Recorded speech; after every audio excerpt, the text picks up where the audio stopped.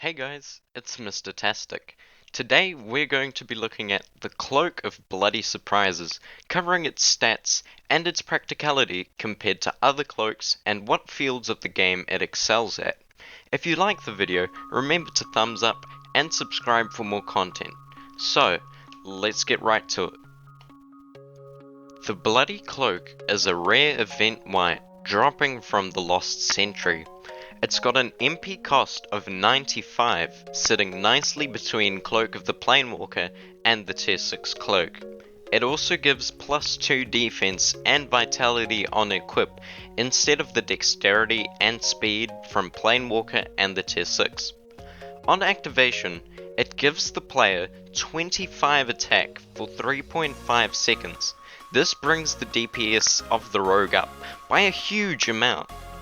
This makes the cloak extremely useful for soloing bosses, especially as rogues tend to have pretty low DPS.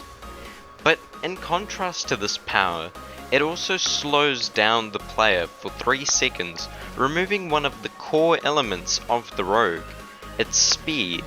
It is also incredibly hard to dodge while you are slowed down, as the slow makes you feel quite slow.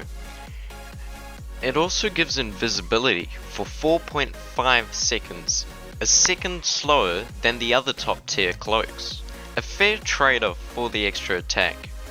There is also a short 1.5 second gap after the slow where the player is invisible, allowing them to get away from nearby enemies before turning visible again.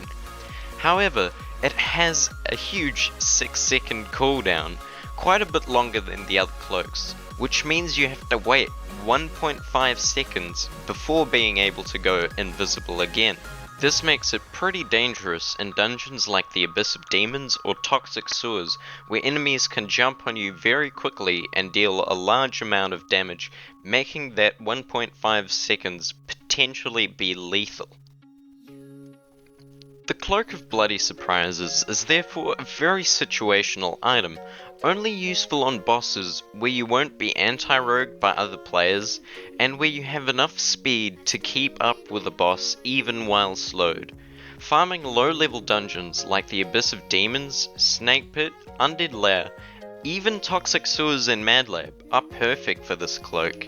The bosses don't move around much, and you can easily cloak and brainlessly attack them without worrying too much about dying.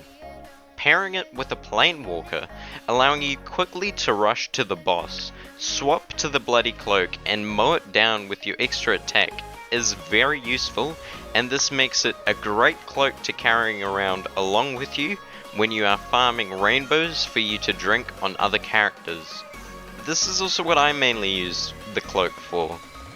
There's a low risk of losing your character, so you can hold on to the cloak for longer and you won't have to worry about losing it. Outside of Godlands farming, the cloak is not really too useful. High-end dungeons require you to have a lot of speed to get close to the boss, deal damage, and to be able to dodge all the bullets.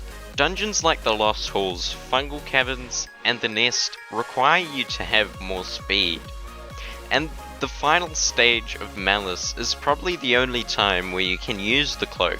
However, you risk not killing Malice quick enough and then not having time to get away for the next volley of his shots.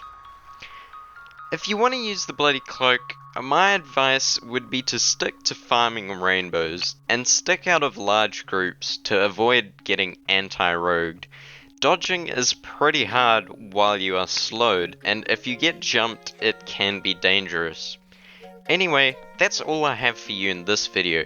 Thanks for watching, and if you made it this far through the video, please like and subscribe for more content. Anyway, that's me. See ya.